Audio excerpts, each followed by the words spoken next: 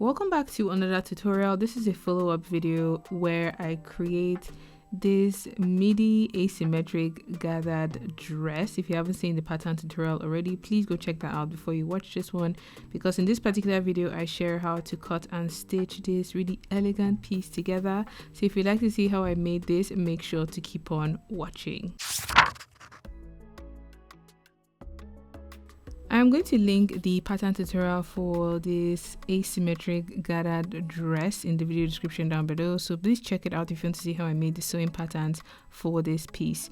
But with my patterns already done and out of the way, my fabric of choice is a super stretchy scuba jersey fabric in the most lush shade of brown. It's like a chocolatey color and it's just nice and a good weight. I ended up getting 4 meters of that, and I'm going to be cutting out my dress. And the way I planned this out was I'm going to be using the same pattern to cut the main dress and the lining as well. The difference with the length is the lining length is shorter by about 1 inch compared to the main outer dress. So this is what the front panel, one side of the front panel of the dress looks like. And then I went ahead to cut the other part for the front, the back, the sleeve, ready to be connected together. Once I have all of my pieces cut out, I'm going to jump straight into sewing my dress. And the first thing I'm going to do is I'm going to be gathering in this front edge, which I slashed and spread on my pattern. Remember to notch those points that you slashed and spread, because those are the sections that you would need to gather back into the other side that is, straight and smooth. After sewing with the longest stitch on my machine, I'm going to be pulling the threads to help me create gathers.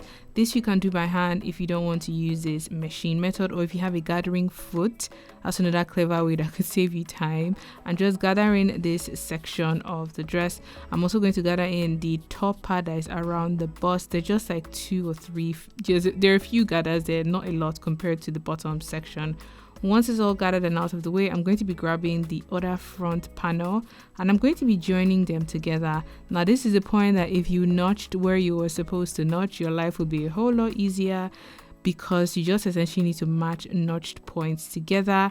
And because we're joining two curved edges that are not exactly the same shape, the notches would guide you on where parts are supposed to align. So I'm just going in here to match notched points to notched points, so like around my bust, my waist, and then the points where I slashed and spread.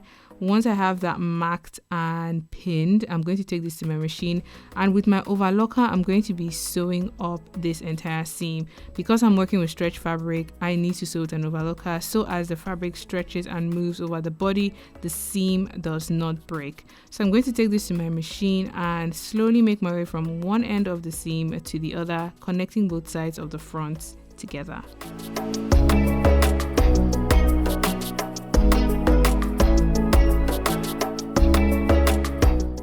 After joining both of my front panels, this is what the front of my piece is looking like. I'm going to grab the back and put right sides facing each other, and I'm essentially going to join up the shoulder and the side seams.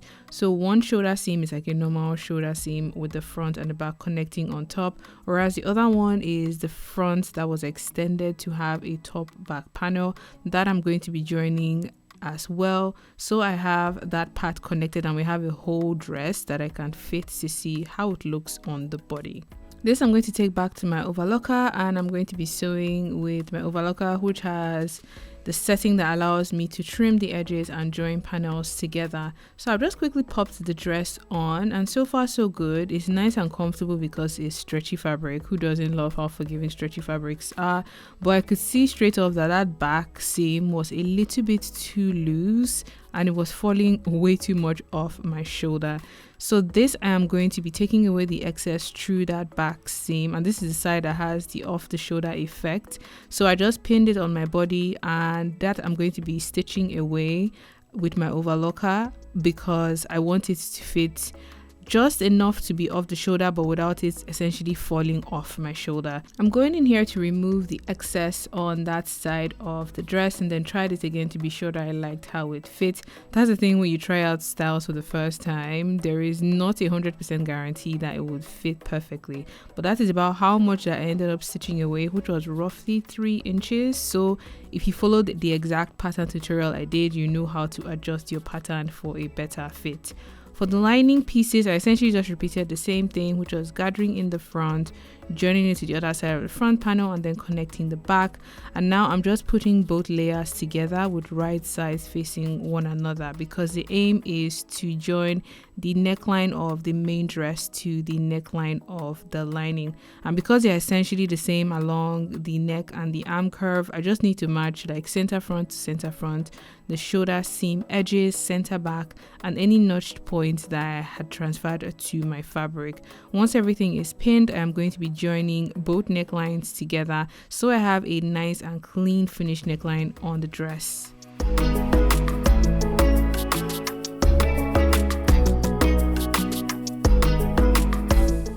After sewing up the neckline, I took my piece to my ironing board to press that neckline seam so everything is nice and flat. I also ironed the front as well as the side seam and shoulder seams, and I've just pinned them together along the armhole in preparation for the sleeves. Now I have my sleeves cut out. I ended up cutting 2 sleeves, and the first one here, and as well for the other sleeve, I'm going to be folding right sides facing each other and join up the side of the sleeve, because my plan is to join the sleeve on the round. After joining that with my overlocker, I'm going to be fitting the sleeve into the armhole of the dress. The aim here is to sew all 2 layers of the dress and the sleeve in one go. So I'm just finding where the front notch is on my sleeve, and then I'm matching that to the front area of my dress. Match all these points for the side seam and the shoulder points, and I'm going to be sewing the sleeve into the armhole of my dress. Once I was done doing it for the left hand side, I went ahead to repeat it on the right hand side of my piece. So this is what the dress is looking like so far. It's coming together really nicely, and final steps is just essentially finishing up the hemline of the dress as well as the hemline of the sleeve.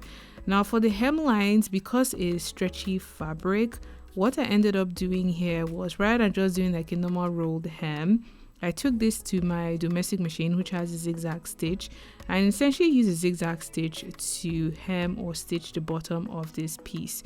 It just ensures that the seam doesn't break as I wear it over time, and I repeated the same technique for the hemline of the sleeve. Once I was done hemming everything, I gave my piece a press and it was all done. This piece did not take very long to make, and I just put it on my model here because I just thought the color of this fabric popped so much, looked so gorgeous on her complexion. So this is how the final piece looks like. It turned out really elegant, very comfortable because it is stretchy. It is also quite forgiving because of the ruching happening on one side. I would say it helps to fit things on your body or on your client or on your model, so you have the very best outcomes. Here is a side-by-side comparison of the inspiration versus the recreation. Let me know your thoughts down below. Rate our recreation 1/10. Is it a 5, 6, 7, 8 or 10/10? Leave a comment in the comment section down below. If you'll also be recreating this design, don't forget to tag me on social media so I can see your amazing work. And until next time, have a good morning, afternoon and evening wherever you are. Bye.